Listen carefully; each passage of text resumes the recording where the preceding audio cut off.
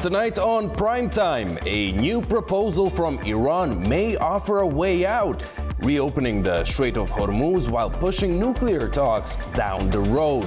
But Washington is holding its line. Russia is stepping deeper into diplomacy, and the United Arab Emirates is breaking from OPEC, sending fresh shockwaves through the region's political and energy order.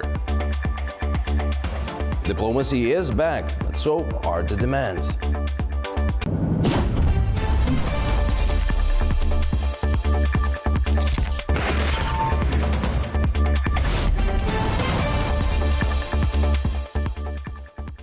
Welcome to the program. I'm AnewZ. A new diplomatic proposal from Tehran is now under discussion in Washington as the White House weighs possible next steps in the conflict between the United States and Iran.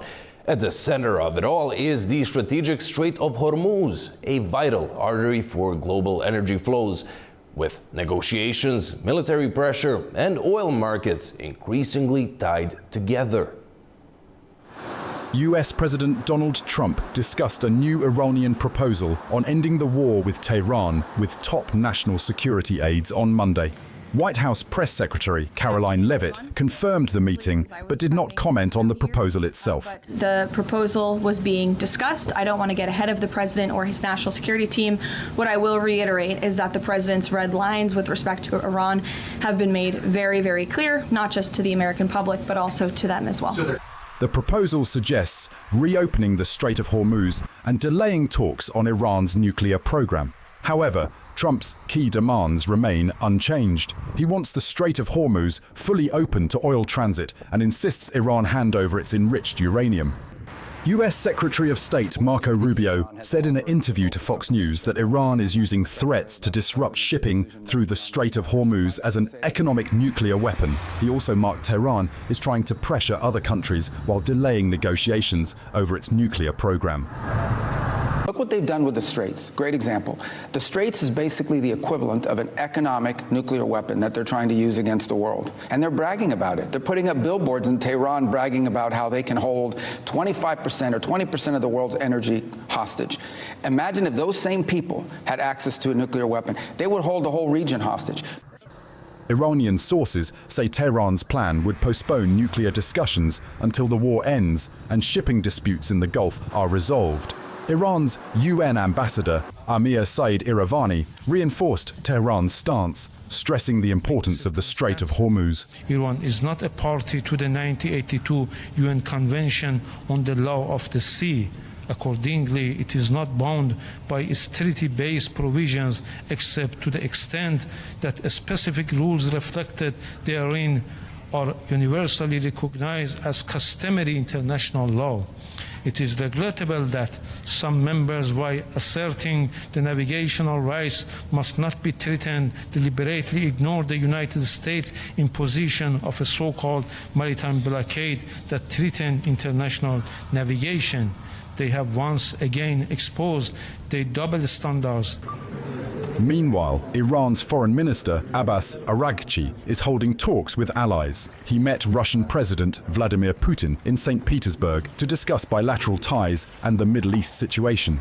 During the meeting, Araghchi said that US has offered a new round of talks, while Russia positioned itself as a mediator. Putin stated that Moscow will continue strengthening strategic relations with Tehran and is ready to support efforts for peace. As diplomatic efforts continue, uncertainty remains over the Strait of Hormuz, with ship traffic still far below normal levels and markets watching closely. Well, Iran's Foreign Minister Abbas Araghchi is back in Tehran after a regional diplomatic tour that has put fresh focus on mediation efforts between Iran and the United States. With talks in Pakistan, Oman, and Russia, attention is now turning to whether a new proposal from Tehran could help ease tensions and reopen the Strait of Hormuz. Turash Ralilu has more on that in Tehran. The Iranian Foreign Minister Abbas Araghchi returned to Tehran on Tuesday, wrapping up visits to Islamabad, Muscat, and St. Petersburg, during which he said held fruitful negotiations with top-ranking officials on bilateral relations and regional and international developments.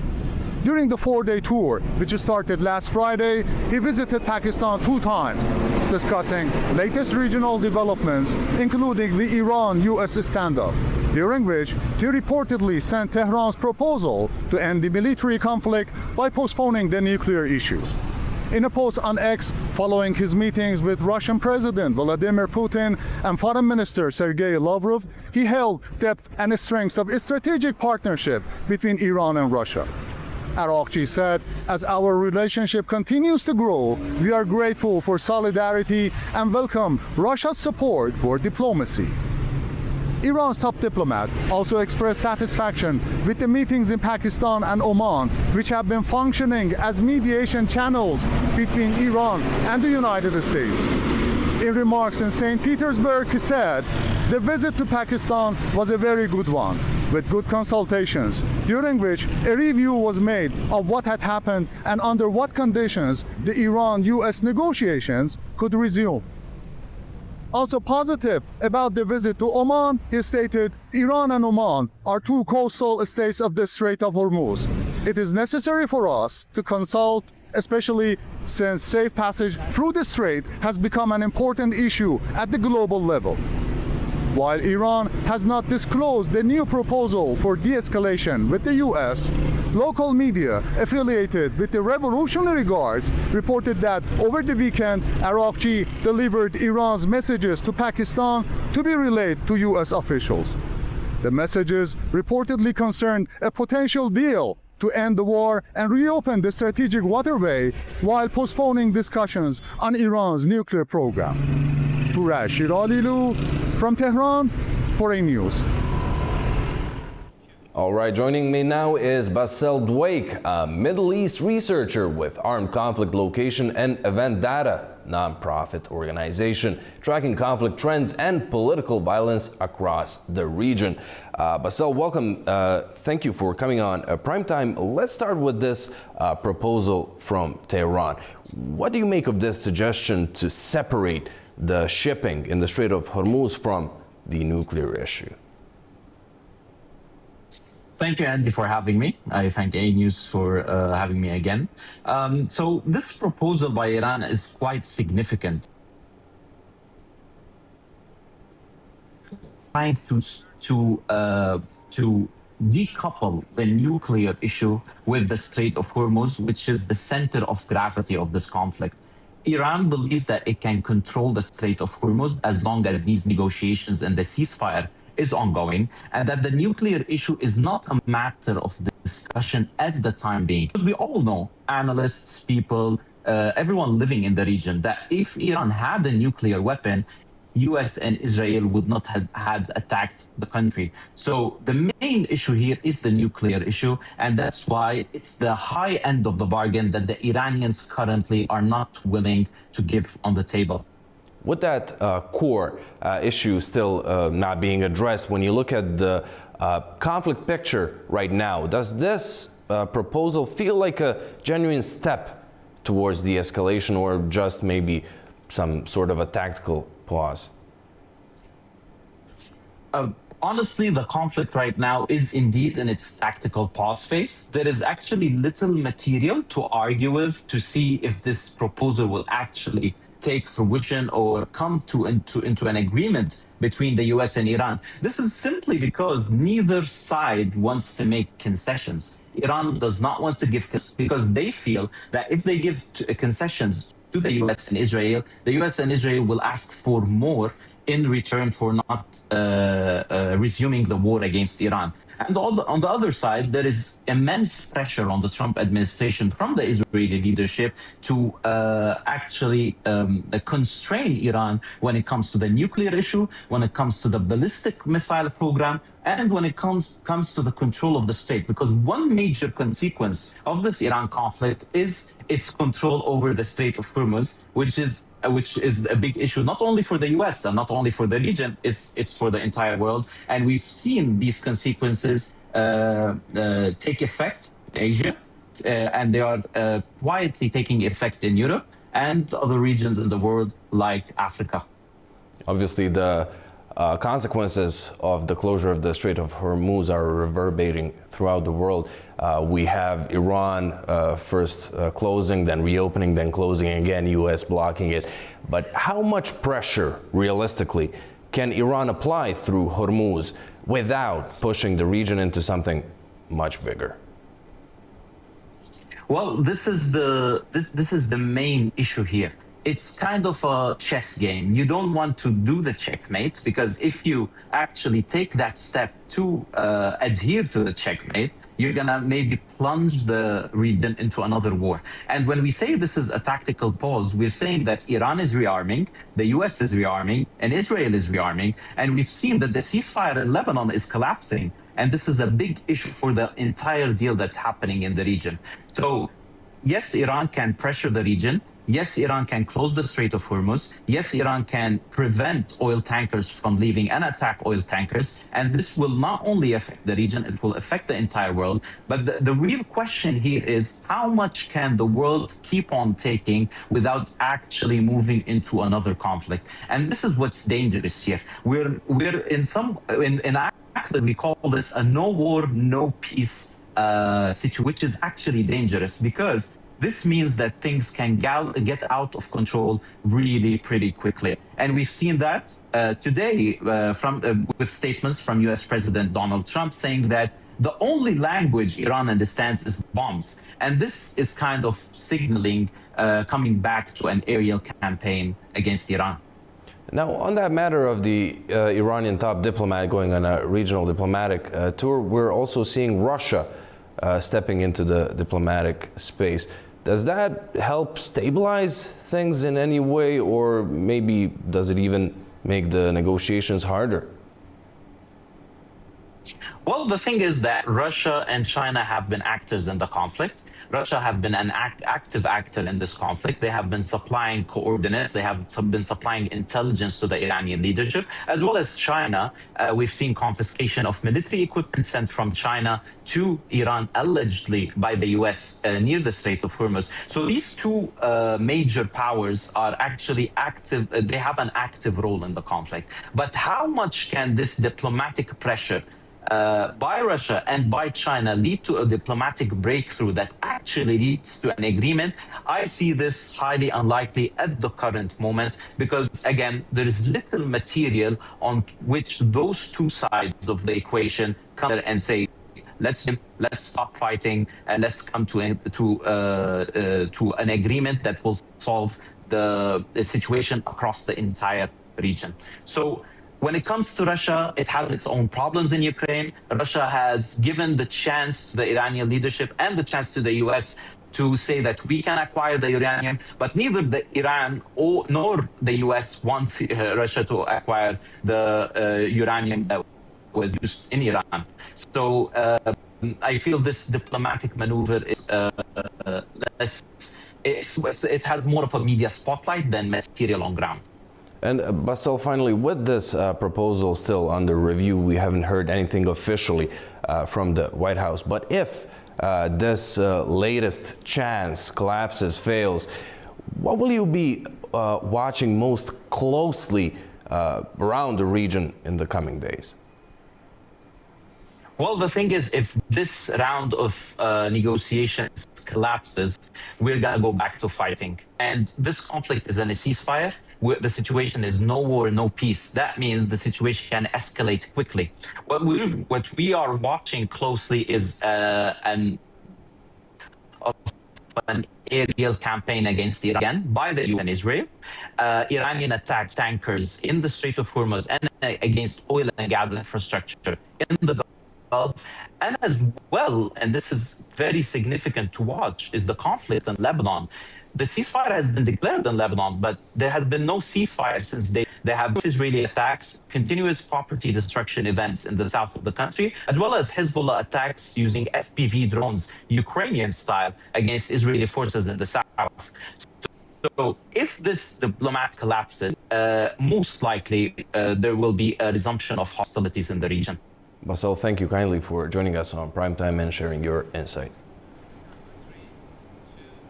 Thank you. Now, the United Arab Emirates said on Tuesday it will leave OPEC and OPEC Plus after nearly 6 decades, with the decision taking effect on May 1st. Abu Dhabi says the move reflects its long-term strategic and economic vision, as well as an evolving energy policy. The decision is being seen as a major blow to the producer alliance, with some analysts calling it the start of a new chapter for OPEC. The UAE's energy minister said leaving the bloc's production obligations will give the country greater flexibility over output and future energy planning. The UAE joined OPEC in 1967, and its departure will reduce the group to 11 members. According to the bloc's latest figures, the country produces around 2.9 million barrels of oil per day. Now, my next guest is Yelena Novakov, who focuses on regional diplomacy and the political shifts shaping the wider Middle East. Yelena, welcome. Thank you so much for coming on Primetime. Let's start with the big news of the day. UAE declaring it's leaving OPEC by the end of the week, obviously with the Gulf states trying to deal with the fallout from the Iran war. What would you say this latest move means when it comes to Gulf alliances and priorities? Well, this is definitely a win for Trump, but in a way, it's also a win for the UAE. Trump has previously linked the U.S. support for and help to the Gulf states, saying that OPEC members are exploiting it. So with the UAE leaving, this will definitely lower the prices once the Strait of Hormuz is open, and the position of the UAE will change as well, and it will position itself as a low-cost supplier.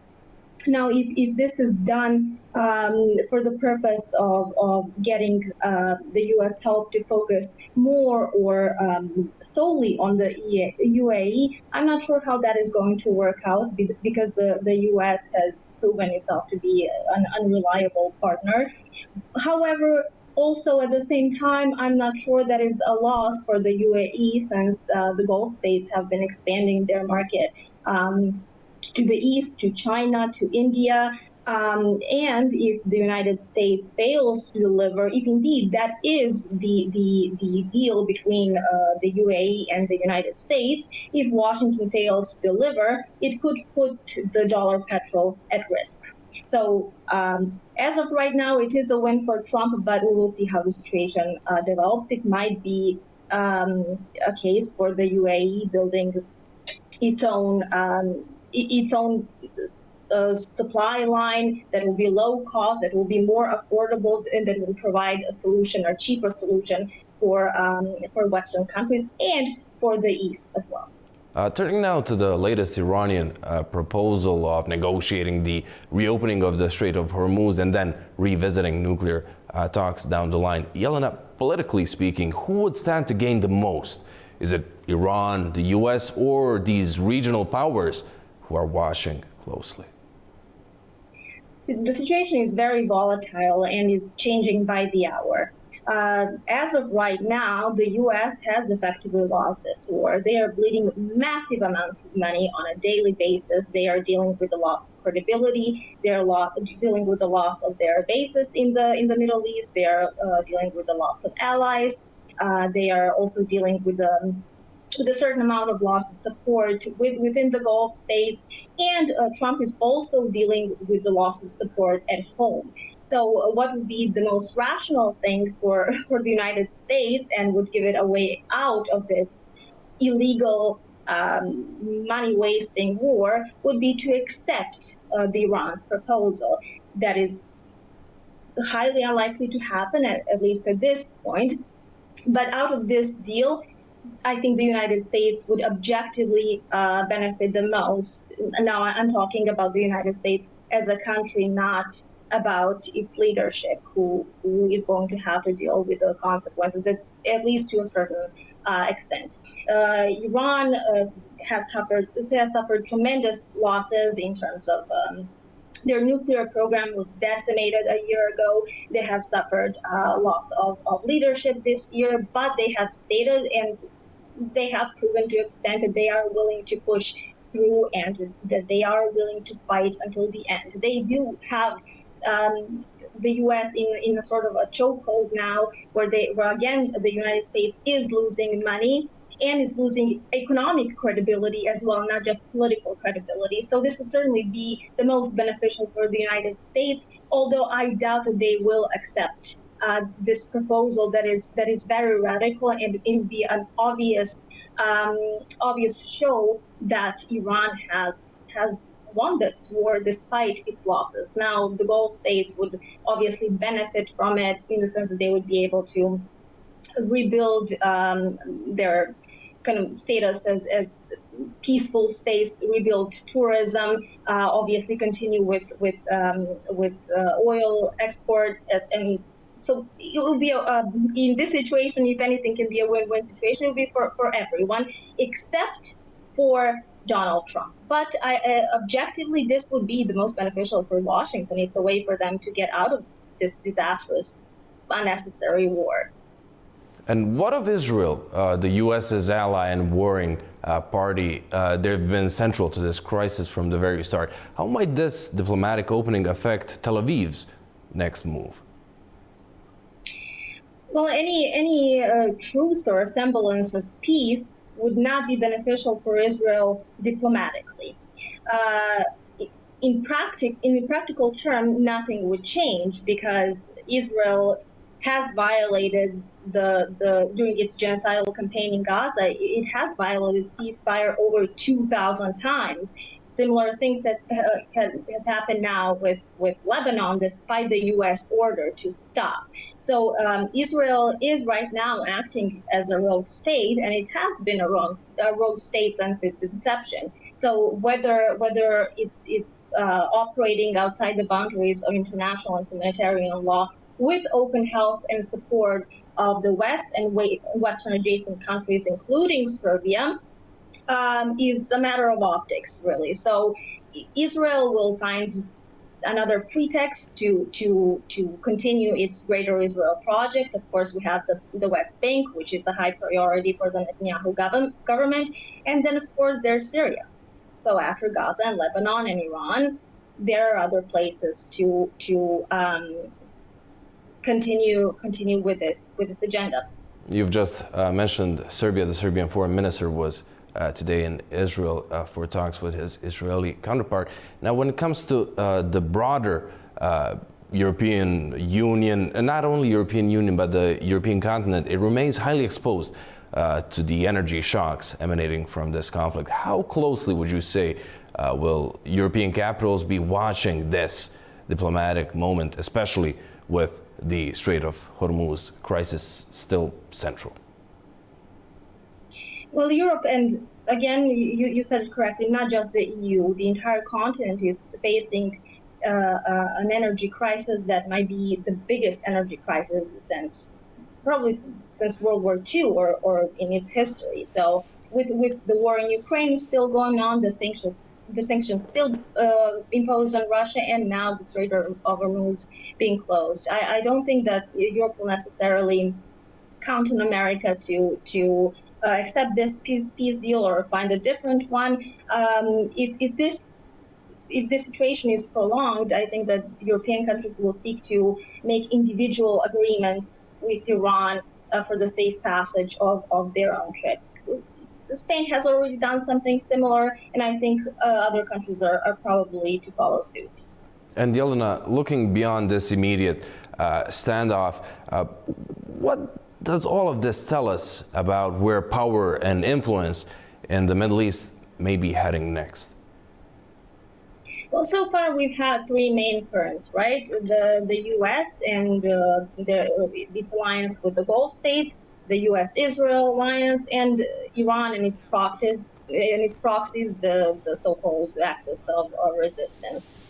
Now, I don't think that those alliances between the U.S. and the Gulf states are going to necessarily fall apart, but they will loosen. And now with the UAE, I think they are looking for some form of a strategic flexibility where they will be making alliances on a situational basis. Now, again, that might include expanding exports to the east. The U.S.-Israeli alliance is highly unlikely to loosen or to especially not fail. And Iran, the leadership is gone, but the regime still persists. So and I don't see any major changes in terms of those currents of power, except for the Gulf states are not going to operate with the same amount of closeness to each other.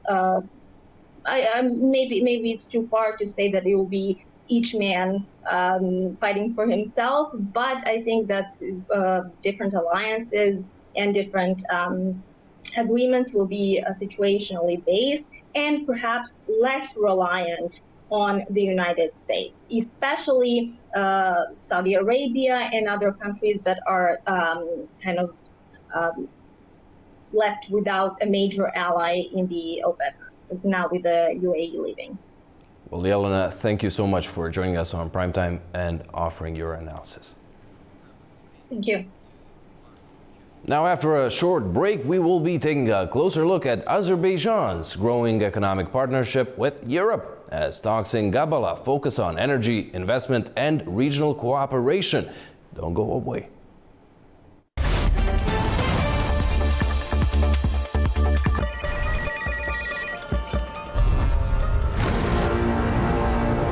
On World Business, we meet the boardroom leaders making market-moving decisions. And find out how leaders are dealing with continuous technological disruption.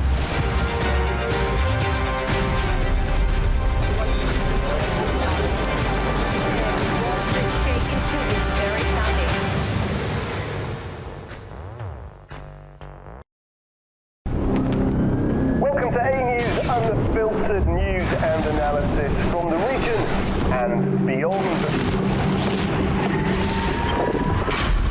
From Washington to Beijing, Tehran to Kabul, to Tbilisi to Tashkent. Hello, I'm Jay. Challenges. Today is the third.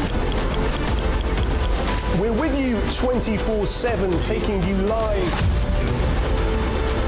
to the front lines of the day's biggest stories. Welcome to Gabala.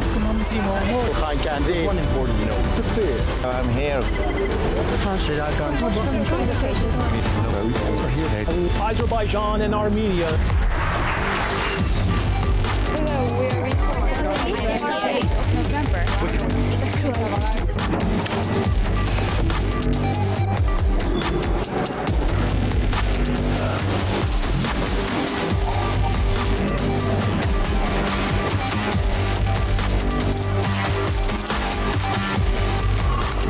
Reporting from Paris, Dar es Salaam, Tel Aviv, Washington, London, Moscow, Kyiv, Berlin, Rio de Janeiro, Beijing, Bangkok, Tbilisi, Tashkent, Almaty, Kazakhstan, Port Sudan, Tehran, Islamabad, Istanbul, Kabul for AnewZ.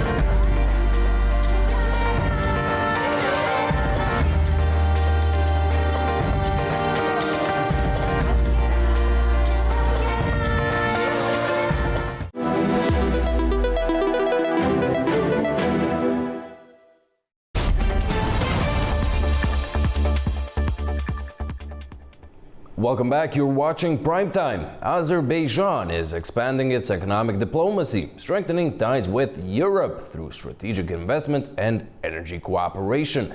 At a business forum in Gabala, Azerbaijan's President Ilham Aliyev and Czech Prime Minister Andrej Babiš signaled a new phase in bilateral relations centered on energy security, infrastructure, defense cooperation, and post-conflict reconstruction. Joining me now to talk us through all things discussed at the forum is AnewZ's Nigar Shirinova. Nigar, welcome. Great to have you in the studio. Could you please take us through what has happened today at the forum in Gabala and who are the main figures attending? Okay, so thank you so much for having me, AnewZ. I'm very honored. So regarding today's event in Gabala, what happened there, it's a very significant step in Azerbaijan and Czechia relations. It's a very significant event which is happening specifically in Gabala. And I would say the key attendants who were there participating, of course, it's President of Azerbaijan, Ilham Aliyev, and also Prime Minister of Czechia, Andrej Babiš. And also, there were many other political figures and also some people from the economic sectors, because the visit is more about economic cooperation, and alongside with political figures, high-level political figures, there were some key figures from the economy and some high-level government officials, and also they were discussed many important moments in the visit. And the event is important because it's bilateral between Czechia and Azerbaijan, and it's more about looking to economic cooperation and going beyond the energy cooperation to other sectors as well.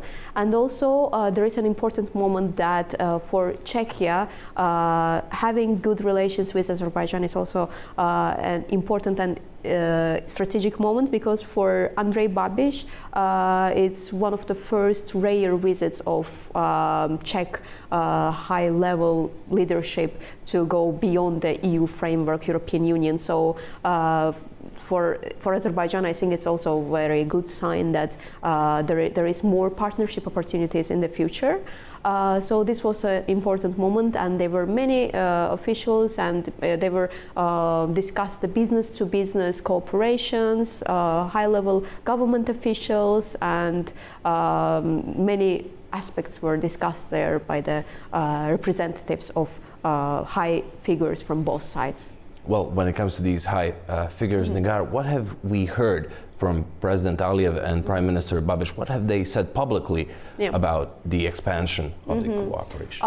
So what we heard from President Ilham Aliyev, he emphasized on the bilateral relations of these two countries, and how Azerbaijan is a key energy partner for Czechia, Czech Republic, and also there was some other points discussed during the meetings. There were many meetings happening, and it's still happening actually.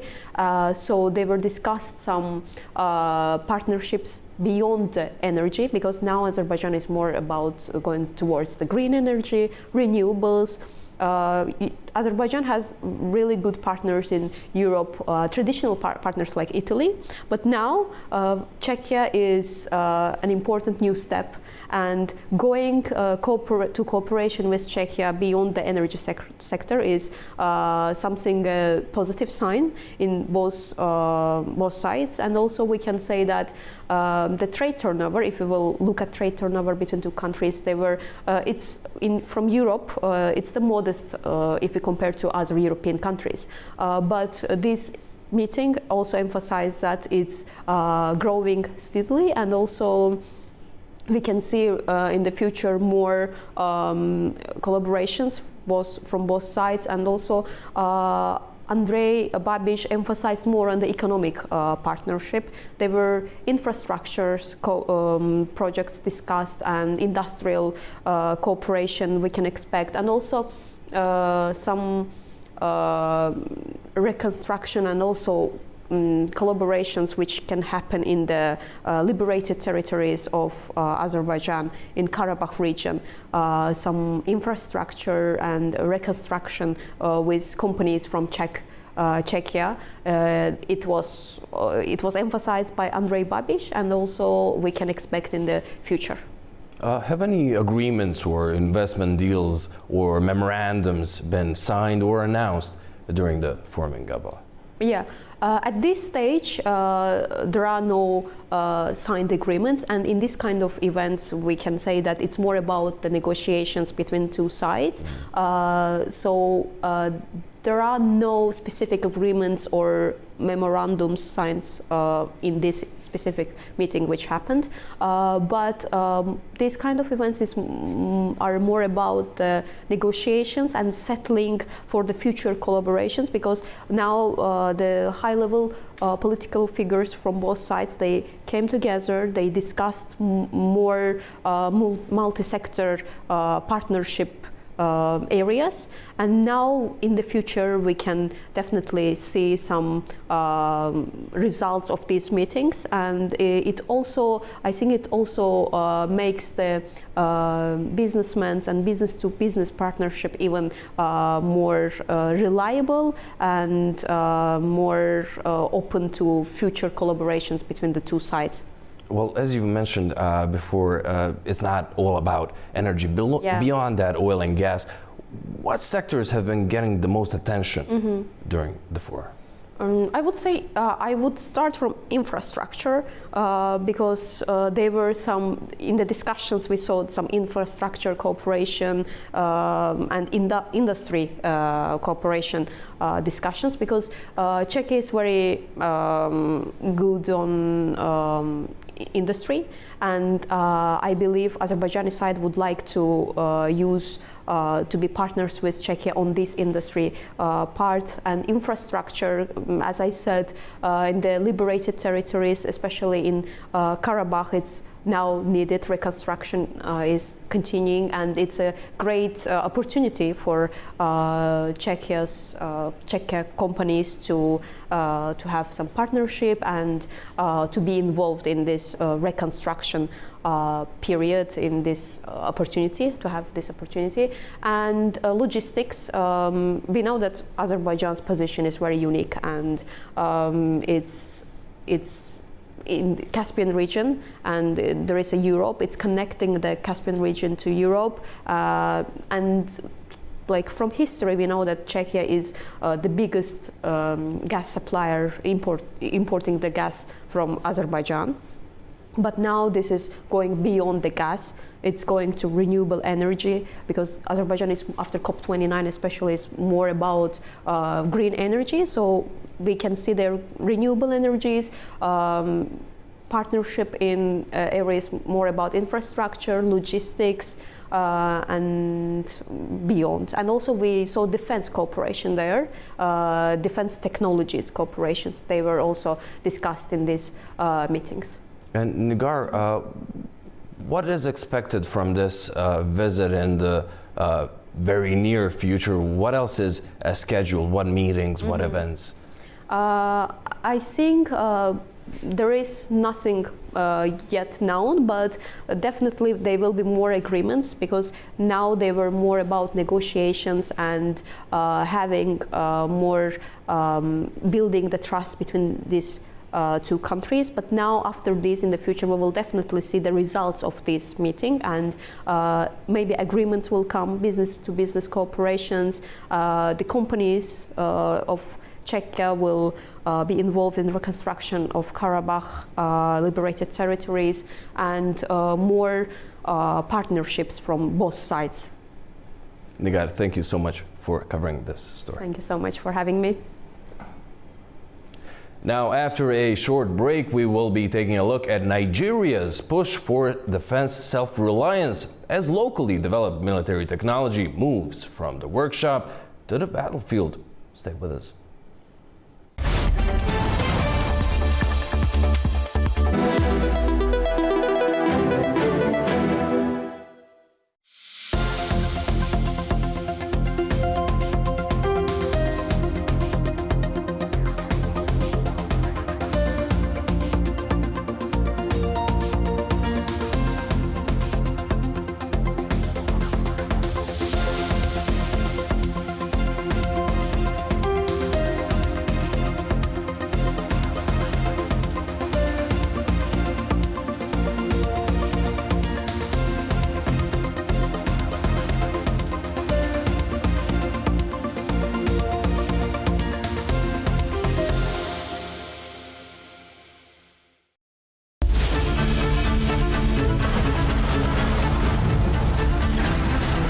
As America sleeps, Europe is waking, and the East has begun its day. AnewZ is right here at the center, bringing you the latest stories as they break. I'm Nadia Jani, here with you each weekday morning to share latest world news and the stories shaping our region.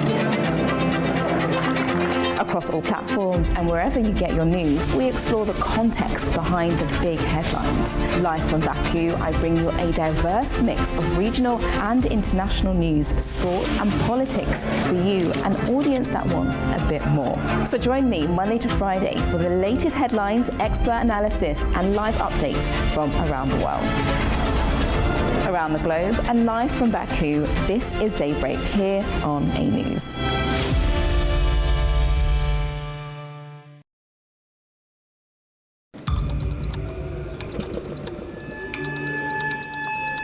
Inside Politics delves deeply into the heart of global issues shaping our world today.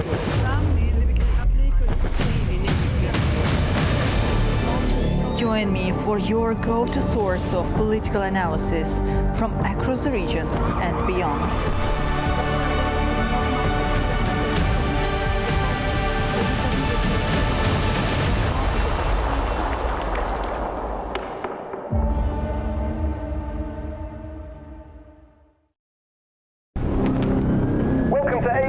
Unfiltered news and analysis from the region and beyond. From Washington to Beijing, Tehran to Kabul, to Tbilisi to Tashkent. Hello, I'm Jay. Challenges. Today in the We're with you 24/7, taking you live to the front lines of the day's biggest stories. Welcome to Gabala. One important note to fears. I'm here. Azerbaijan and Armenia. Hello, we are recording the shade of November.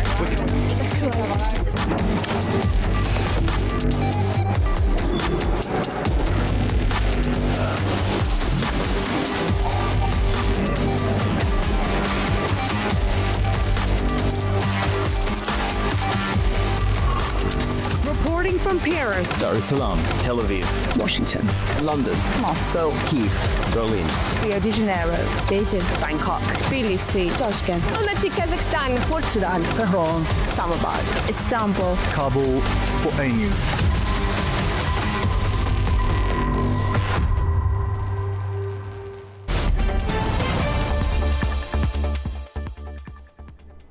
Welcome back, you're watching Primetime. Nigeria is ramping up its defense self-reliance with locally built battlefield technology moving into active military use. New autonomous systems, including interceptor drones and mine detection vehicles, are being deployed as Abuja strengthens its security capabilities. Nigeria is stepping up efforts to strengthen its defense capabilities as a local technology startup unveils a new generation of battlefield systems designed for modern threats. Terra Industries, a Nigerian defense tech company, has introduced a range of autonomous systems, including interceptor drones, mine detection vehicles, and battlefield intelligence software. Today we are unveiling new defense systems such as our interceptor UAVs, our minesweepers, ground vehicles that can detect IEDs on the ground, and our battlefield intelligence software that will be able to automate the military planning and coordination process. But beyond that, today is also the day that we show just our readiness for battlefield operation and actual forward deployments onto the front lines. The launch marks a major shift for the two-year-old company, which had previously focused on commercial infrastructure security and is now moving into direct military operations.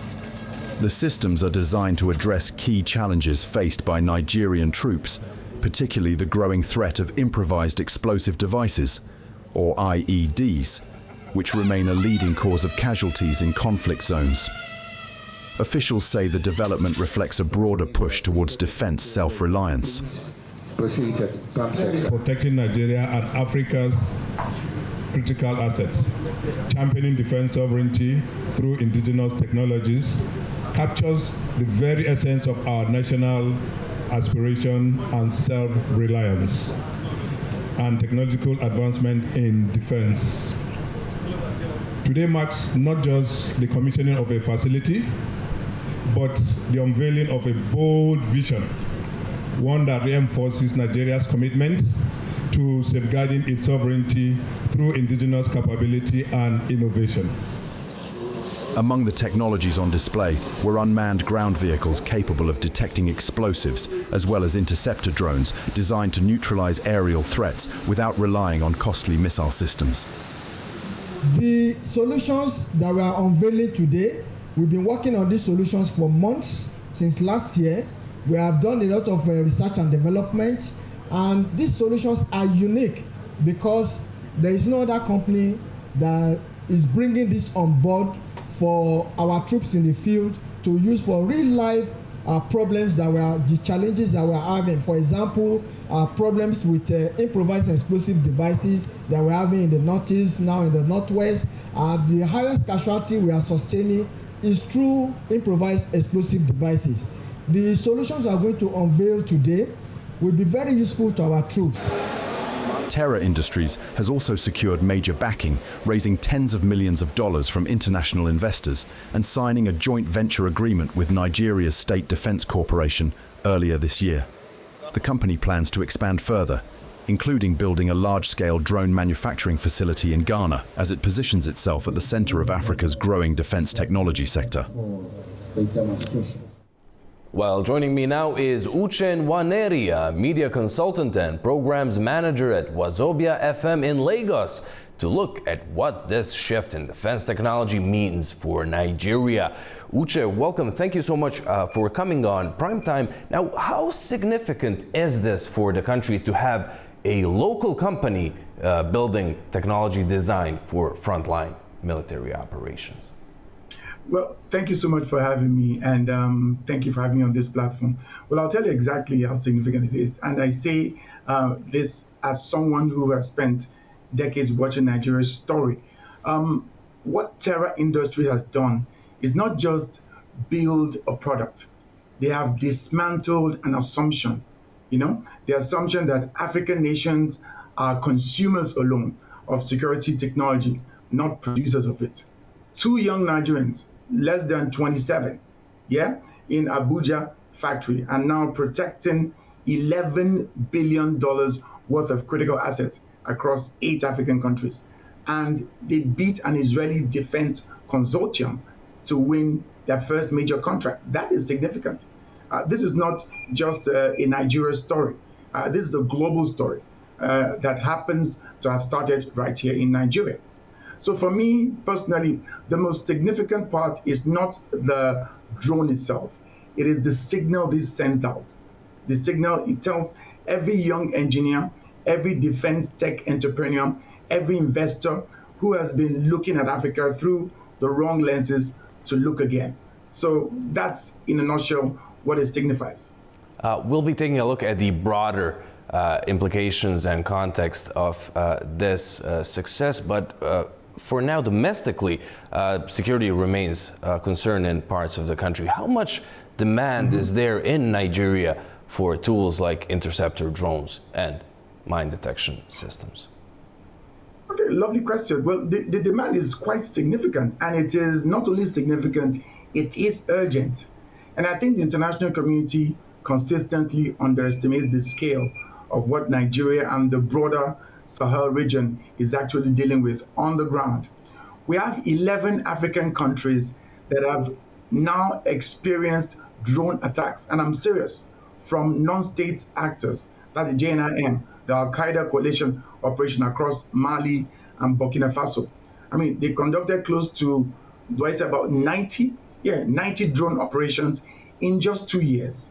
Islamic State Sahel province struck the international airport of Niger in Niamey. They did strike them. So they represent a doctrine shift by armed groups who have realized that cheap commercial drones can be modified to be dangerous to the environment. Well, in Nigeria specifically, have been examining our defense expenditure closely, and we have spent about 32 trillion naira in 15 years. 32 trillion naira is a lot of money in any currency, and we still have millions of displaced persons, communities that cannot sleep safely, and infrastructure that remains exposed.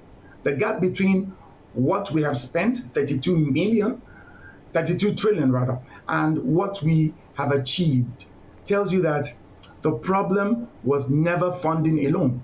It was the right technology deployed intelligently at the point of need. Interceptor drones, autonomous surveillance system, mine detection technology, these are not luxury items for Nigeria right now. They are the difference between a power plant staying operational or becoming a terrorist hideout.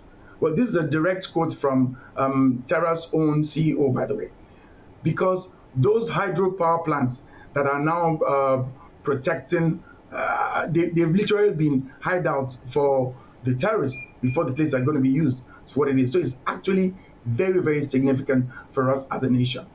The government is talking about defense sovereignty. Uche, is there growing public and political support for reducing dependence on foreign military suppliers?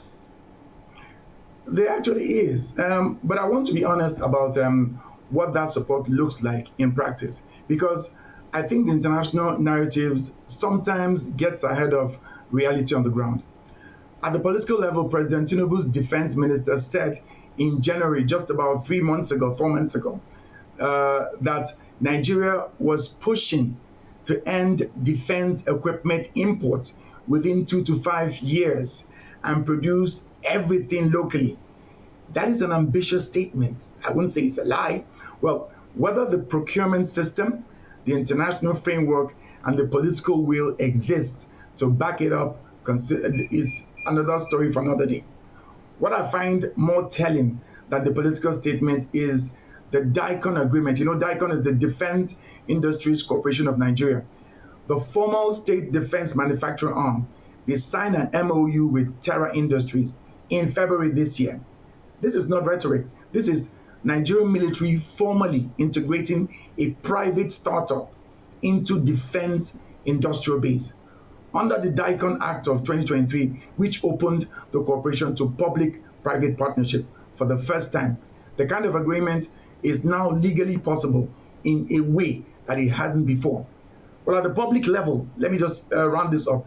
The appetite for indigenous solution is real and growing, particularly among younger Nigerians who are tired, very, very tired of watching their country's security challenges used as evidence of African failure rather than as a call for African innovation. The political class is beginning to respond to the statement, to that sentiment actually. Whether it translates into consistent policy and sustained procurement is a question I will be watching carefully. I don't know where it's going to lead. Well, when it comes to ambition, Terra Industries is also talking about expansion across Africa. Could Nigeria maybe position itself as a regional hub for defense technology? Well, being the first and the biggest, I think it already has. But Nigeria has every structured ingredient to be exactly that.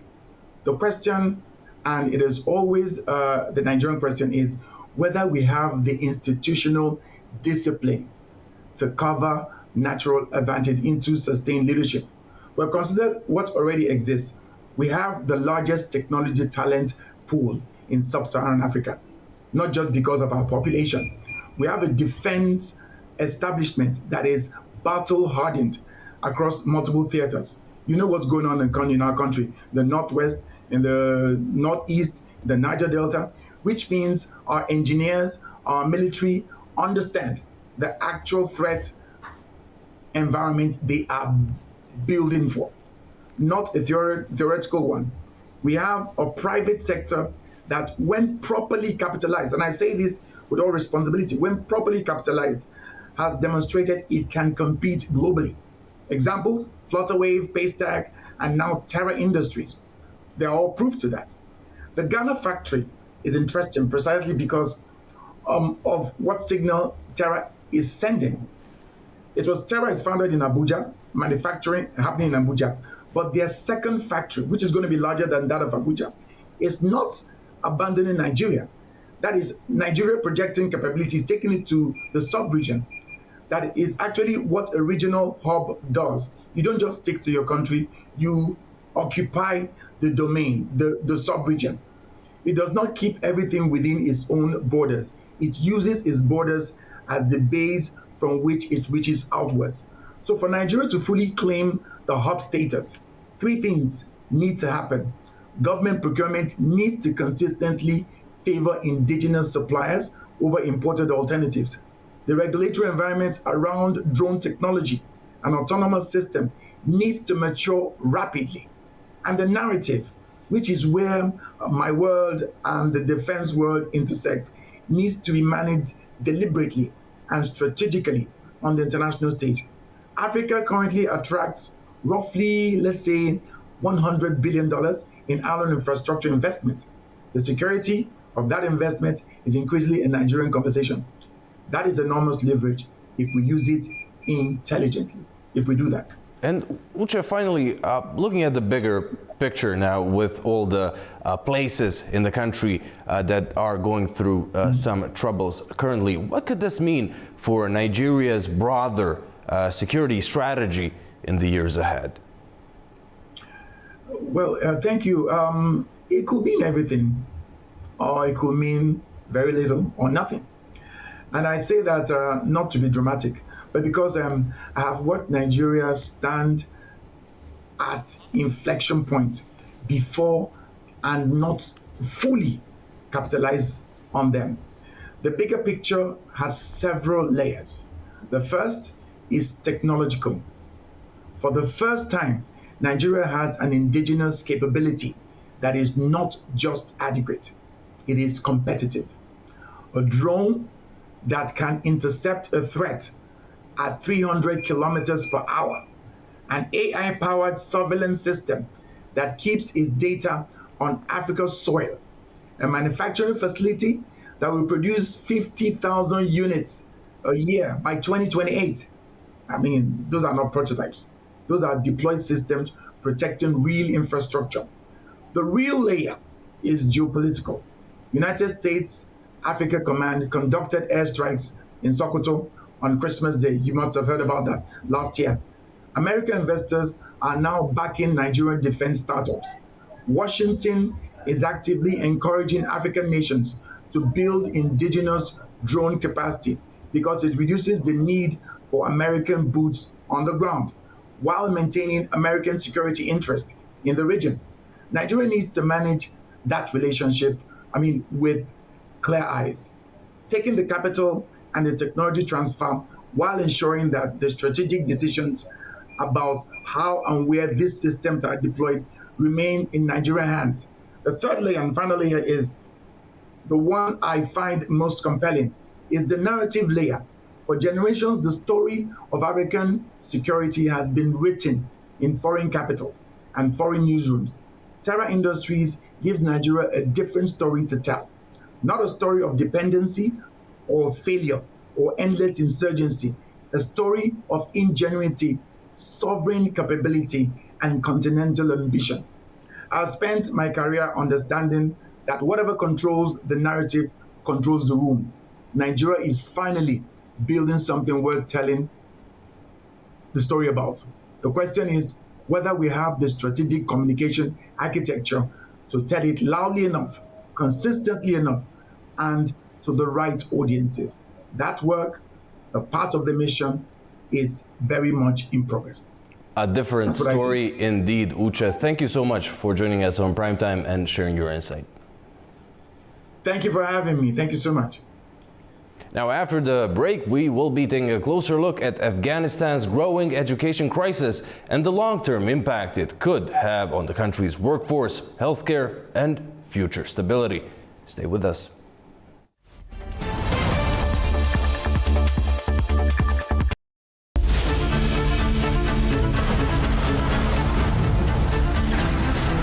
As America sleeps, Europe is waking, and the East has begun its day. AnewZ is right here at the center, bringing you the latest stories as they break. I'm Nadia Jani, here with you each weekday morning to share latest world news and the stories shaping our region.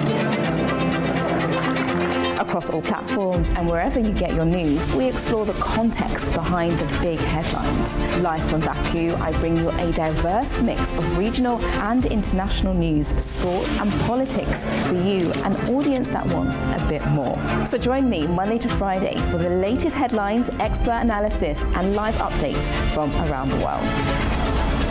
Around the globe and live from Baku, this is Daybreak here on AnewZ.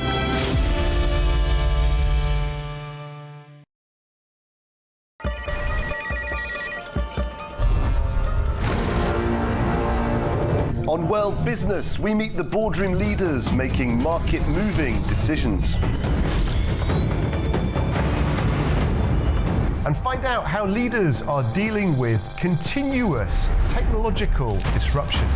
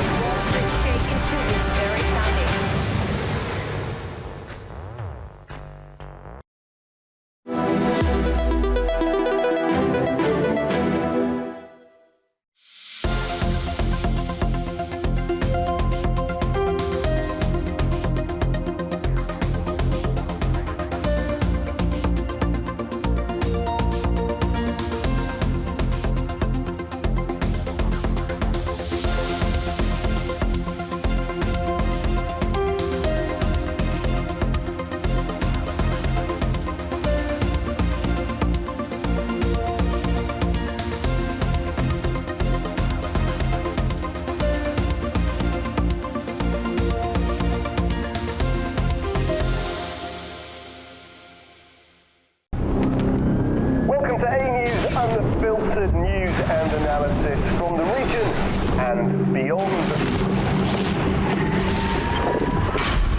From Washington to Beijing, Tehran to Kabul, to Tbilisi to Tashkent. Hello, I'm Jay. Challenges. Today is the third.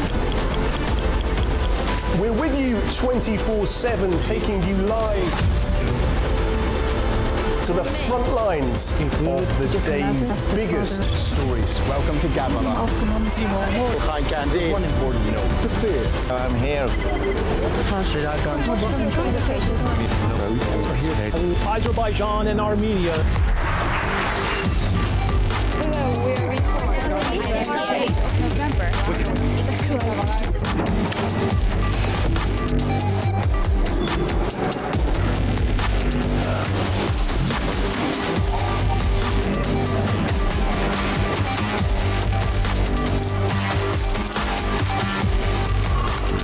Reporting from Paris, Dar es Salaam, Tel Aviv, Washington, London, Moscow, Kyiv, Berlin, Rio de Janeiro, Beijing, Bangkok, Tbilisi, Tashkent, Almaty, Kazakhstan, Port Sudan, Tehran, Islamabad, Istanbul, Kabul, for AnewZ.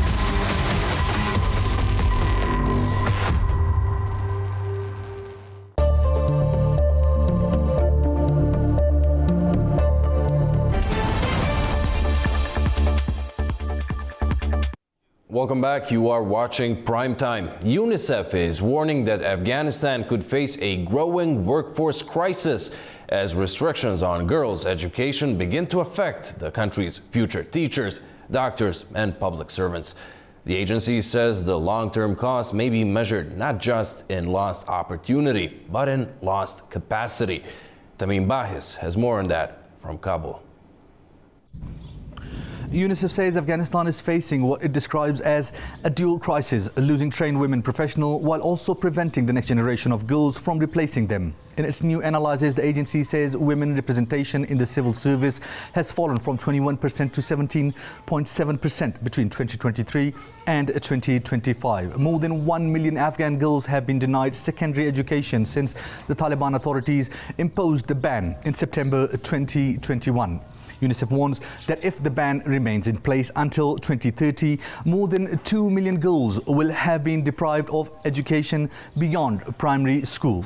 The agency says Afghanistan could lose up to 20,000 female teachers and 5,400 female health care workers by 2030. It says the education sector is already feeling the pressure, with the number of female teachers in basic education falling by more than 9%, from nearly 73,000 in 2022 to around 66,000 in 2024. The health sector could also suffer as many women in Afghanistan rely on female medical staff. UNICEF says the restrictions are also costing Afghanistan around $84 million a year in lost economic output. Afghan authorities have not yet commented on the UNICEF analyses. However, UNICEF Executive Director Catherine Russell has urged the de facto authorities to lift the ban on secondary education for girls, saying Afghanistan cannot afford to lose future teachers, nurses, doctors, midwives and social workers. Tamim Bahis in Kabul, AnewZ. Well, joining me now from London is Devasha Pant, a human rights analyst focused on South Asia, including Afghanistan, Nepal and India. Devasha, welcome. Great to have you on Primetime. Now, UNICEF is warning of a long-term workforce crisis in Afghanistan. How serious is the situation now becoming? Well, what we may be seeing right now isn't just about a workforce shortage, but rather the early signs of a deeper erosion of Afghanistan's skill base. Since the Taliban restricted girls' access to education, it is possible that the country hasn't only paused its development, but begun to reverse some of its gains as well. The key issue here is time. Professions like medicines or teaching rely on a long-term training pipeline. So if half or more than half of their population is excluded early on, it could gradually reduce the number of qualified professionals in the years ahead. So this might point towards a situation where institutions continue to exist formally, but potentially struggle to function effectively over time. And Devasha, when more than 1 million girls are kept out of secondary education, what does that mean, not just for them, but for the country's future as a whole? Yes. So, when over 1 million girls are excluded, this changes from an individual opportunity that's affected to potentially narrowing the country's economic capacity, the social mobility, and political development all at once. So, economically, evidences from the World Bank suggest that girls' education is closely linked to labor force participation, and long-term growth. So, limiting accesses could gradually reduce productivity and deepen the dependency on fragile sectors. But you see, this also comes with political and human rights implications. Education often underpins civic awareness and participation, so its absence may contribute to a more restricted public sphere, where inequality becomes harder to challenge and more embedded over time. And then there's also the generational effect. Research from UNICEF indicates that educated women tend to improve outcomes in child health, nutrition, and schooling. So we might not see the immediate impact on data yet, but it is quietly shaping the next generation. You touched upon, as an example a bit earlier, the medicinal education. Now, we're already seeing fewer women in teaching and healthcare. How quickly could that begin to affect everyday life for Afghans? Well, it may seem like it is already affecting daily life. Currently, access to services by Afghan citizens is closely tied to gender norms, and evidences from organizations like World Health Organization and UNICEF have shown that many women prefer or are expected to be treated by female healthcare providers, including for maternal and reproductive care. So, if the number of female teachers and healthcare workers declines, it is possible that services don't just weaken, but becomes harder to access in practice. And there is already indications of such strains. Reports point out to increased pressure on the remaining female professionals, which could lead to burnout and further attritions.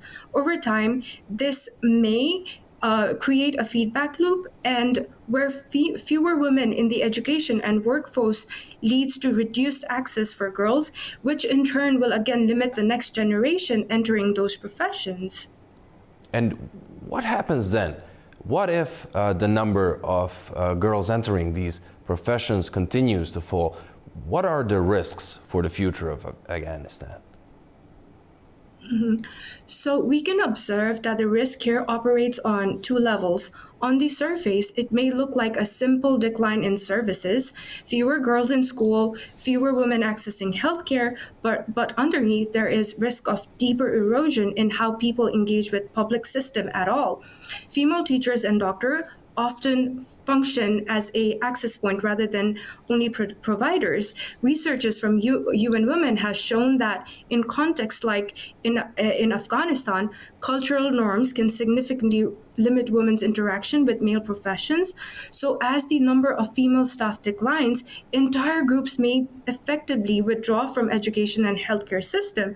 And the public health implications could be significant as well. Afghanistan already has one of the highest maternal mortality rates globally, estimated over 600 deaths per 100,000 live births in recent WHO data.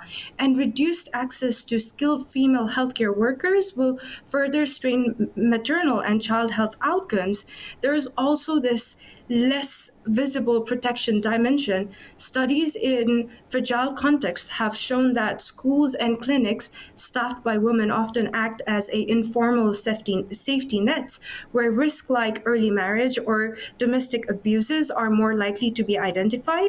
And if those spaces diminish, that layer of social protection may weaken. So the concern here is not only about reduced services, but a gradual narrowing of rights, access, trust, and protection, which together have longer-term human security implications. And Devasha, beyond these immediate concerns regarding public health and education, if all of these restrictions remain in place for years, what kind of an Afghanistan can we expect to see, both economically and, why not, socially? Well, if these restrictions persist, Afghanistan could gradually evolve into a far more unequal and economically constrained society. Current estimates from the World Bank have suggested that women's exclusion from the workforce already cost the country billions in lost productivity, and female labor participants remain among the lowest globally. It is below 20% in recent assessment, and if this continues, growth is likely to remain slow, with sustained reliance on only external aid. And socially, this may lead to the entrenchment of rigid gender order, where inequalities become normalized across generations. And evidences from UNDP have shown that countries with higher gender inequalities tend to have weaker human development outcomes, and these overall suggest long-term impacts on health, education, and social mobility.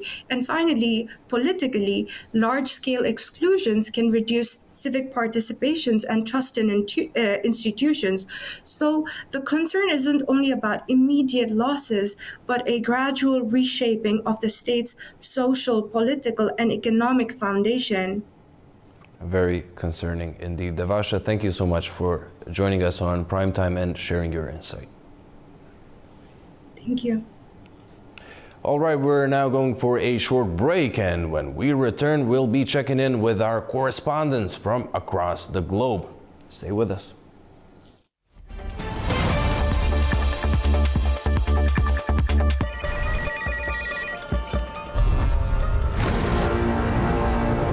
On World Business, we meet the boardroom leaders making market-moving decisions.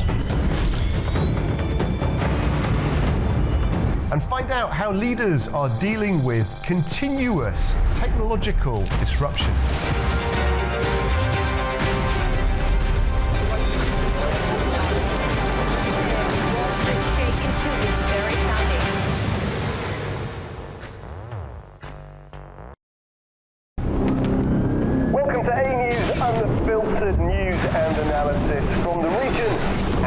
From Washington to Beijing, Tehran to Kabul, to Tbilisi to Tashkent. Hello, I'm Jay. Challenges. Today is the third. We're with you 24/7, taking you live to the front lines of the day's biggest stories. Welcome to Gabon. One important note. To fears. I'm here. Azerbaijan and Armenia. Hello, we are reporting on the 8th of November.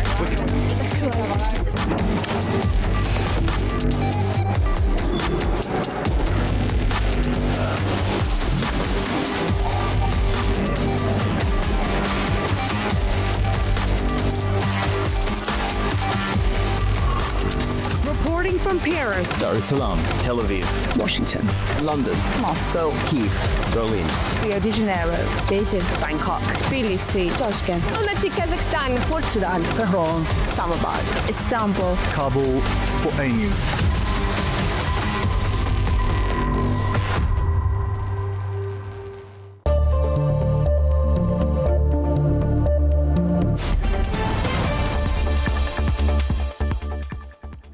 Welcome back, you're watching Primetime. Romania's pro-European government is under pressure after its largest partner pulled out. A no-confidence vote is looming and the next few days are critical. Here's Anita Sharma with more from the Netherlands. Welcome to This Day in Europe, where Romania's pro-European government is on the brink. The country's largest party, the Social Democrats, escalated the crisis, teaming up with the far-right Alliance for Uniting Romanians to try to bring down Prime Minister Ilie Bolojan's government. The Social Democrats have already quit the coalition, stripping the government of its majority, and are now moving to finish the job. Together with far-right allies, they control around 220 seats, just short of the 233 needed, and are in talks right now with smaller parties to secure enough support for a no-confidence vote within days.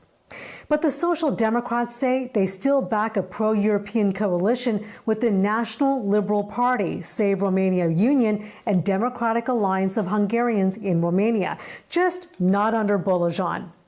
Earlier this month, the party pulled support, withdrew ministers, and collapsed the government's majority, setting the stage for that vote. At the core, a fierce standoff over economic reforms. The government is pushing budget cuts to unlock more than 10 billion euros in EU funds amid 9.9% inflation. Opponents are resisting, raising the risk of financial instability in one of Eastern Europe's key emerging economies. Bolojan also refuses to step aside, warning that failure now could hit borrowing costs and derail Romania's recovery. The next few days will certainly be decisive, a test of whether the opposition can muster the votes to bring down the government and whether Romania stays on its pro-European path as political fragmentation deepens across the continent. For AnewZ, I'm Anita Sharma in Arnhem, Netherlands. As Europe looks to strengthen energy security and transport links across the continent, regional leaders are gathering in Dubrovnik for talks on connectivity and strategic cooperation. For Turkey, the meeting marks a deeper step into a growing regional framework linking Europe's north and south. Adam Morrow reports from Istanbul. Turkish Foreign Minister Hakan Fidan is attending a multi-nation summit which kicked off Tuesday as part of the so-called 3 Seas initiative. Held in the Croatian city of Dubrovnik, the two-day gathering brings together leaders from Central and Eastern Europe, along with a number of partner countries. Launched in 2016, the 3 Seas initiative is a regional platform comprising 12 European Union member states located between the Baltic, Adriatic, and Black Seas. The initiative aims to boost north-south connectivity across the region, focusing on infrastructure, energy security, and digital networks. It has gained increasing geopolitical importance in recent years, particularly as European countries seek to diversify energy supplies and reduce reliance on traditional supply routes. According to diplomatic sources, Fidan is expected to emphasize Turkey's role as a key transit hub linking Europe, Asia, and the Middle East. He is also expected to stress the importance of efficient supply chains and alternative energy corridors, especially given recent disruptions in the strategic Strait of Hormuz. Notably, this marks the first time Turkey is taking part in the annual summit as a full-fledged strategic partner. The initiative's other strategic partners include Germany, Japan, Spain, and the United States. Officials say Ankara's high-level participation reflects its growing interest in aligning with European connectivity projects. Fidan is also expected to hold several bilateral meetings with top officials from regional countries on the summit's sidelines. This is Adam Morrow for AnewZ in Istanbul, Turkey.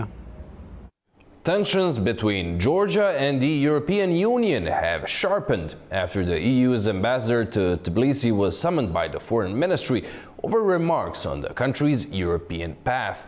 The dispute adds fresh strain to Georgia's EU ambitions. Nini Nikolashvili has more on that in Tbilisi.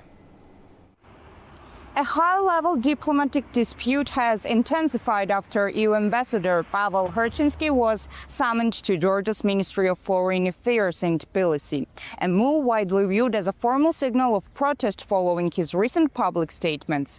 The summoning was directly linked to remarks made by Herchinsky in Brussels during the opening of the Georgia in Focus exhibition at the European External Action Service. In his speech, the ambassador warned that Georgia is no longer on the right path toward European integration, arguing that the current authorities appear to be shifting toward an alternative, more authoritarian model. He further framed Georgia's situation as a historic crossroads, cautioning that decisions made in the near future could determine whether the country remains aligned with European democratic value or risks returning to what he described as a dark past, referencing periods marked by instability, civil conflict, poverty, and corruption. The ambassador also called on Georgian society not to lose hope, emphasizing that the European Union remains ready to support the country if it recommits to cooperation. These remarks drew a strong reaction from the Georgian government. According to the Ministry of Foreign Affairs Minister, Makabachorishvili told the ambassador that such statements undermine trust and damage the foundations of the partnership with the European Union. She stressed that messaging which evokes fears of instability or regression contributes to polarization within Georgian society. Government representatives also interpreted the ambassador's references to a possible return to past turmoil as inappropriate, with officials suggesting that such framing could be seen as encouraging alarm or presenting a narrative of potential chaos. But Orishvili reiterated that Georgia remains open to constructive dialogue but expects a respectful approach from Brussels. She also argued that the current pause in engagement is the result of decisions taken by the European Union, pointing to an earlier move by the EU Council to suspend dialogue. The European Union, in its response, maintained that Georgia's candidate status remains in place, but emphasized that further progress depends on concrete reforms and alignment with democratic standards, including rule of law and human rights. Nini Nikolashvili, Tbilisi, AnewZ. Istanbul is hosting the first youth forum on the United Nations Global Goals, bringing together young delegates from around the world to discuss sustainable development, leadership, and international cooperation. With climate action high on the agenda ahead of COP31, the forum aims to amplify youth voices and turn ideas into action. AnewZ's Nuray Mustafa has more. The Youth Forum on the UN Global Goals 2026, being organized for the first time in Istanbul, is bringing young people together and hosting important discussions on sustainable development, leadership and global cooperation.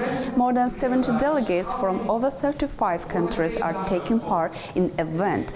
The main aim of the forum is to strengthen the voice of young people on an international platform. support their initiatives in line with the UN global goals, and encourage innovative solutions. As this is the first edition of the event, particular attention will be given the COP31 climate change agenda, with discussions focused on joint action against climate-related challenges.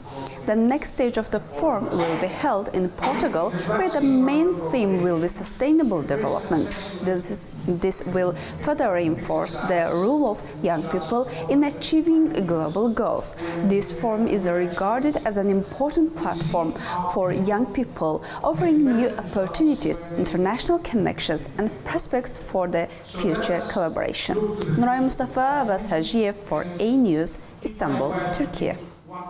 Shusha is hosting a second day of events as part of its role as the Economic Cooperation Organization's tourism capital for 2026, with regional officials and tourism experts gathering to discuss the sector's future. Talks are focused on policy planning, regional cooperation, and preparations for the upcoming ECO Tourism Ministers meeting. Chimnaz Shahlar sent us this report. Today marks the second day of events in Shusha as part of the tourism capital of the 2026 of the Economic Cooperation Organization. A meeting of the ECO high-level expert group on tourism is taking place, bringing together delegations, tourism experts and officials from member states. Speaking to us, Asad Majid Khan, Secretary General of the Economic Cooperation Organization, highlighted the role of Shusha in the regional tourism development. Well, first of all, let me say that as Economic Cooperation Organization, as the Secretary General of ECO, we are very grateful to Azerbaijan for hosting this very important event, which involves not only the declaration of Shusha as the next tourism capital for ECO for 2026, but it also is an occasion to host the ECO 7th ECO Tourism Ministers meeting. The declaration of Shusha as ECO capital would enable us essentially to showcase Shusha's attractions, to showcase Shusha's beautiful valleys, Shusha's cuisine, to the rest of the region. Discussions are focusing on preparations for the 7th Ecotourism Ministers meeting, the implementations of previous decisions and key documents to be considered, including the draft Shusha Declaration. Participants are also reviewing proposal for selecting the ecotourism capital for 2030. The events follow yesterday's official opening ceremony, which featured concert program with works by Azerbaijani composers. We will continue to follow developments from Shusha. I'm Chimnaz Shahlar with Nijat Kasimov, reporting from Shusha for AnewZ. Still in Shusha, and food is taking center stage as regional flavors and traditions come together in a celebration of culture and tourism. The event is part of wider efforts to position the city as a key destination for culinary and cultural exchange across the Economic Cooperation Organization region. Shusha has hosted a gastronomy day under the Tourism Capital 2026 program, bringing together countries from across the Economic Cooperation Organization. The focus here is not just food, but connection. Organisers say events like this help people learn more about each other through cuisine and culture. Stalls from across the region have been set up in the open air, with chefs preparing and presenting traditional dishes. Countries including Turkey, Uzbekistan, Kazakhstan, Pakistan and Iran are all taking part, each showing off their own flavors and cooking styles. First of all, I present here our national curry, nihari, and mutton kunna, chicken biryani, dal makhni, saag, bhindi masala, and different types of our traditional sweets like gulab jamun, patisa, and walnut halwa. I am very happy to hear, and I enjoy here. We have Kyrgyz dishes, drinks, and desserts. Over there, we have horse meat, sausages, meat, and also beshbamak and kurdak. In addition, we have our own traditional drinks. They are made from tolkan.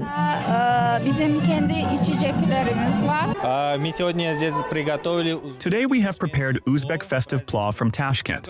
This kind of plov is usually cooked for weddings, and in the morning it is distributed to people for free. Officials say Azerbaijan has strong potential to grow gastro-tourism and plans to keep developing this area. Eco representatives also see events like this as a way to deepen cooperation between member states. Visitors have been able to taste the dishes on display, while the program also includes music, dance and live performances throughout the day.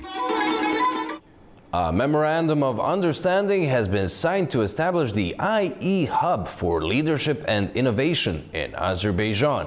The initiative aims to promote education, research, and digital transformation through international cooperation. AnewZ's Nadia Jani has more. Today marks a very significant day for Azerbaijan and innovation. Just behind me, a ceremony of signing of the Memorandum of Understanding on the establishment of the IE Hub for Leadership and Innovation in Azerbaijan will take place today. Now, key stakeholders from Pasha Holding, Soccer and IE University will all be here to sign this important memorandum. Now, this is an ambitious initiative which aims to create a regional platform for high learning, cutting-edge research and global collaboration. It wants to advance leadership in areas such as digital transformation, artificial intelligence and sustainable development, while also strengthening Azerbaijan's human capital.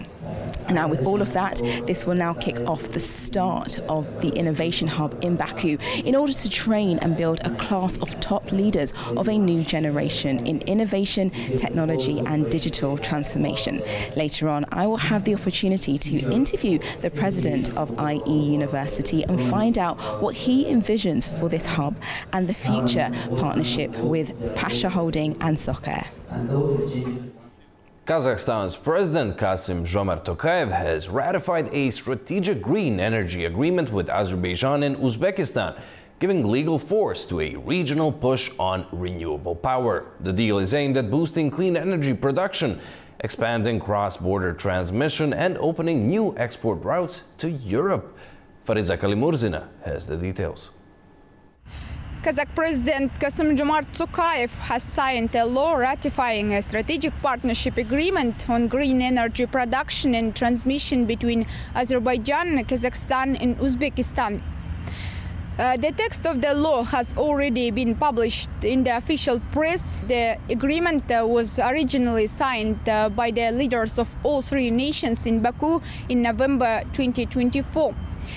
Now, with the ratification complete, it carries full legal force.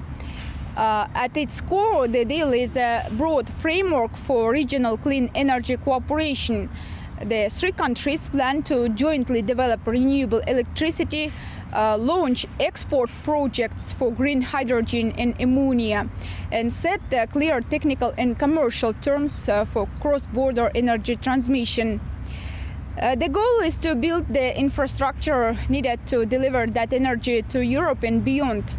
Modern energy-efficient technologies are also on the table, along with plans to expand domestic energy networks.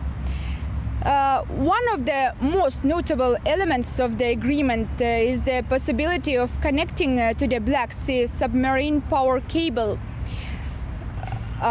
If that happens, it would open a direct energy corridor from Central Asia all the way to Europe. On the governance side, the steering committee will be set up with equal representation from all three parties, meeting at least twice a year. A working group will handle the annual cooperation plans. The agreement also includes provisions on data confidentiality and a clear mechanism for resolving disputes through consultations and negotiations. Fariza Kalimurzina, Almaty, AnewZ. Asif Ali Zardari, the president of Pakistan, is in China on a week-long official visit aimed at deepening strategic ties and expanding economic cooperation. With new agreements signed across energy, agriculture, and technology, the focus is on boosting trade, investment, and infrastructure under the China-Pakistan Economic Corridor. AnewZ's Mahnur Makhdoom picked up the story. Pakistani President Asif Ali Zardari is on a week-long official visit to China focused on deepening strategic ties and expanding economic cooperation. Since arriving, he has held high-level meetings with Chinese leaders and senior officials and has also engaged with provincial authorities and industry representatives to explore regional-level collaboration. During the visit, both sides have signed a series of agreements and MOUs spanning agriculture, desalination, green technology, and industrial cooperation, showing efforts to widen the scope of engagement beyond traditional sectors. Talks have centered on trade expansion, investment facilitation, and advancing infrastructure and connectivity under the China-Pakistan Economic Corridor. There has also been an emphasis on cooperation in areas such as renewable energy, food security, and technology transfer, reflecting evolving economic priorities. In the coming days, Zardari is expected to continue meeting with senior Chinese leadership, corporate stakeholders, and financial institutions, with a focus on accelerating key CPEC projects, enhancing energy partnerships, and boosting industrial and export-oriented collaboration. Regional and global issues, including Middle East stability with the ongoing US-Iran war, have also been discussed in general terms, with both sides reiterating support for dialogue and peaceful resolution. Further agreements and joint statements are anticipated as the visit progresses, reinforcing the long-standing all-weather strategic partnership between the two countries. Manu Makhdoom, AnewZ, Beijing. All right, after a short break, we'll take a look at all the latest news stories around the world. Don't go away.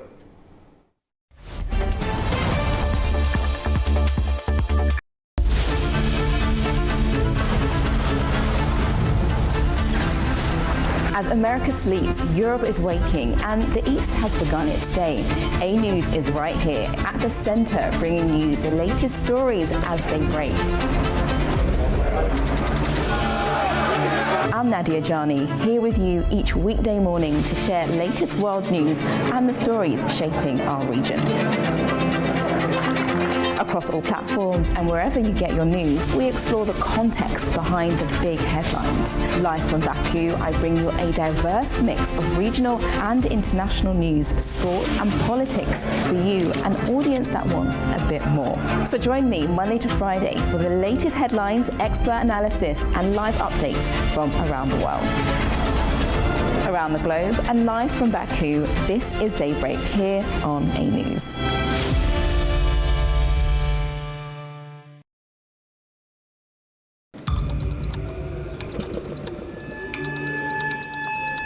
Inside Politics delves deeply into the heart of global issues shaping our world today.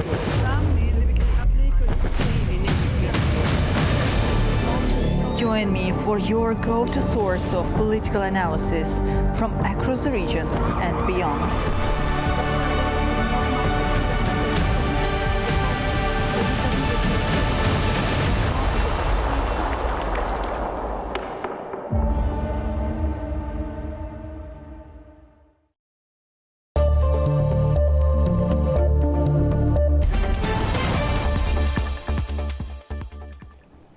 Welcome back, you're watching Primetime. A rare moment of royal diplomacy is unfolding in the United States as King Charles III began a state visit at a politically sensitive moment in transatlantic relations.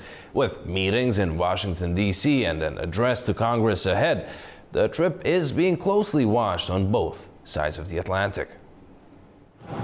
Britain's King Charles and Queen Camilla have arrived in the United States for a historic state visit, landing at Joint Base Andrews before heading to Washington. They were greeted by officials and British Embassy staff and received flowers from children of British military families before proceeding to the White House.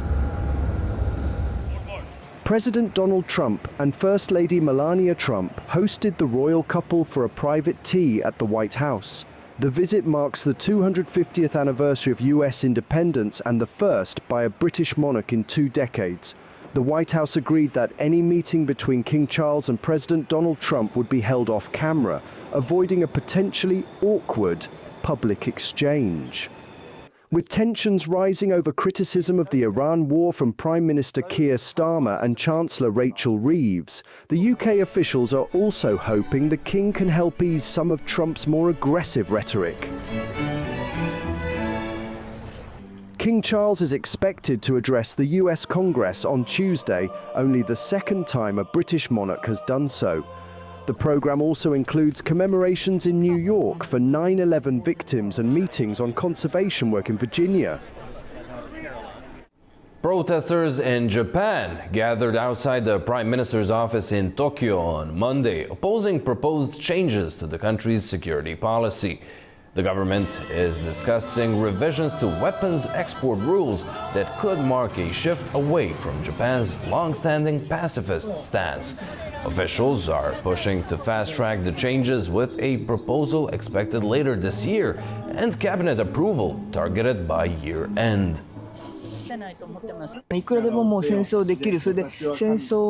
This will evolve into a situation where wars can be constantly launched, thereby leading to the spread of war. That's why I believe this is absolutely unacceptable. Since we cannot stop the weapons industry, they'll try to start wars to keep it going. Profiting from weapons is absolutely not allowed, and this itself also violates Article 9 of the Constitution, so it must not be done. A shortage of life-saving nutrition supplies is putting children at risk in Somalia. Aid agencies warn the situation is rapidly worsening as clinics struggle to cope. A worsening humanitarian crisis is unfolding in Somalia as drought, hunger and global supply disruptions strain an already fragile system. In the southwestern city of Baidoa, displaced families are seeking treatment at overstretched clinics after extreme weather forced them from their homes, leaving many in camps with limited access to basic services. Children are being treated for severe malnutrition with ready-to-use therapeutic food, a peanut-based paste essential for recovery. However, supplies are running dangerously low. I noticed my daughter was unable to sleep and was ill. She became extremely thin, just skin and bones, which made me realize she was suffering from malnutrition. Across the country, health workers say clinics are struggling to cope as the number of malnourished children rises while critical stocks continue to dwindle. Nearly 500,000 children under 5 are suffering from severe acute malnutrition. Some children's nutritional status has already worsened. Ready-to-use food stocks are also very low, while the number of children is increasing because many centers are without supplies. Aid agencies say global shipping disruptions linked to the war in Iran are delaying or halting deliveries of life-saving supplies. What we've seen is that there's delays, but there's also cancellations of shipments of medical supplies, but also nutrition commodities. As IRC, we've seen this in real life happening, where we had a shipment of therapeutic food that we had sourced from India that was stuck at the port, and the shipment was stuck at the port mainly because of disruptions to the supply chain. With Somalia still reeling from years of drought and funding cuts, aid groups warn the situation could deteriorate further. For many families, the stakes are immediate, and survival now depends on whether life-saving aid can reach them in time. 2 trains have collided in Indonesia, leaving at least 14 people dead and dozens of others injured. The incident has forced a temporary suspension of long-distance train services to and from the capital, Jakarta. At least 14 people have been killed and more than 80 others injured after 2 trains collided in Indonesia's city of Bekasi on Monday. The incident occurred at Bekasi train station, involving a commuter line and a long-distance train. Officials say a taxi appears to have clipped the commuter train at a level crossing, causing it to come to a standstill on the tracks, where it was then struck by the long-distance service. Witnesses recalled the moment of impact. I was getting out of the train. Luckily, I was going out. When I was on a call with my husband, I said, Please pick me up here at East Bekasi station because there's a problem in front of the train. It's stopping. I haven't even finished with the call, and the trains collided. Rescue teams were at the scene using angle grinders to cut through the metal framework of train compartments where commuters were trapped but still alive. Locals also joined in the rescue efforts. Rescuers came an hour or an hour and a half after it happened. Around that time, evacuation started. Because security officers didn't dare to rescue, they're afraid of making errors. So we locals took pity on the ones being stuck, and our friends, we carried dead bodies. There were a lot of victims. We didn't know who's who. The dead were carried up the platform. The collision forced a temporary suspension of long-distance train services to and from the capital, Jakarta. Train accidents are not uncommon on Indonesia's rail network. In 2024, several people were killed when two trains collided in a rice field in Cicalengka. And in 2015, a passenger train hit a minibus at an unguarded crossing in West Java, killing 18 people. An investigation into the cause of the latest incident is being conducted by the rail operator and Indonesia's National Transportation Safety Committee. Long reliant on fossil fuels to keep the lights on, Iraq is now testing a different path. In Basra, the country's first large-scale solar station is beginning to feed the national grid, part of a wider effort to ease energy shortages, cut emissions, and reshape how power is produced. At the Basra Sun power station, the first 250 megawatt unit began operating in March and is already connected to the national grid. The project is designed to generate 1 gigawatt of electricity across 4 units, using around 2 million solar panels. Officials say the move comes as Iraq faces an ongoing gas shortage and looks to shift its energy strategy. It's about diversifying energy sources. As you know, today we have a gas crisis, whether it's locally produced or imported from outside the country.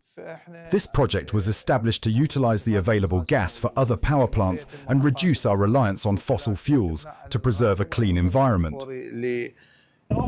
Iraq is also pursuing additional solar initiatives in Samawa and Nasiriyah. Project managers say the shift will not only help with energy resources, it could also reduce emissions from conventional power generation. Today, we face an environmental challenge: cancer diseases, lung diseases, and widespread pollution. This is the first step towards a natural energy transition, diversifying energy sources and eliminating existing environmental challenges. As you know, fossil fuels from traditional power plants that operate on fossil fuels produce thousands of tons daily and millions of tons annually of CO2. This pollution is a serious challenge we are facing. However, some projects have faced delays. The second phase of the Basra power station has been pushed back following disruptions to the delivery of key materials. It is now expected to come online later in the summer, with output projected to reach 500 megawatts. The Basra project is part of the Gas Growth Integrated Project, a multi-energy program launched in 2023 by Total Energies, alongside the Basra Oil Company and Qatar Energy. According to the United Nations, Iraq is among the countries most affected by climate change and water stress. And finally, fans planning to attend the 2026 FIFA World Cup are facing mounting costs, with ticket prices and transport expenses raising concerns over affordability. Supporters groups say some are now rethinking their plans, arguing the financial reality of the tournament looks very different from what was originally promised. A European football supporters group says some fans are already reconsidering their plans, citing high prices as a key factor. Football Supporters Europe says costs have risen well beyond what was initially stated during the joint bid by the US, Canada and Mexico, leaving some fans feeling misled. It was a big shock when the prices came out. It was a big shock for everyone who thought about going to the World Cup. extraordinary high prices. Then we have a resale platform with no limitation on the prices, so that people will buy tickets to make a fortune with it and just keep on them and hoping that people buy to even more inflated prices. So I think a lot of people actually made a decision not to go to the US due to the pricing alone. For the final match at MetLife Stadium in New Jersey, ticket prices range from just over $2,000 to more than $6,000, far higher than the 2022 World Cup final in Qatar. Additional costs are also being driven by FIFA's official resale platform, where service fees apply to both buying and reselling tickets. Transport is another concern. Earlier, host countries included provisions for free public transport for ticket holders, but that has not materialized. I think with the transportation and the high tickets for transportation, fans now are in the middle of a bit of a conflict of the government, FIFA, and then the host cities, something fans can't do anything about it. We were promised free transportation for the whole tournament for every ticket holder. This promise has long gone, and also is a sign for one of the biggest problems, which is that not everything which was in the bid book actually materializes now. I don't know. Fans are now facing much higher fares than planned. Matchday rail travel from Manhattan to MetLife Stadium is expected to be significantly higher than usual. Similar transport increases are also being reported for Boston area matches. Well, that's our show. Thank you so much for watching, and from all of us here at AnewZ, have a very nice evening.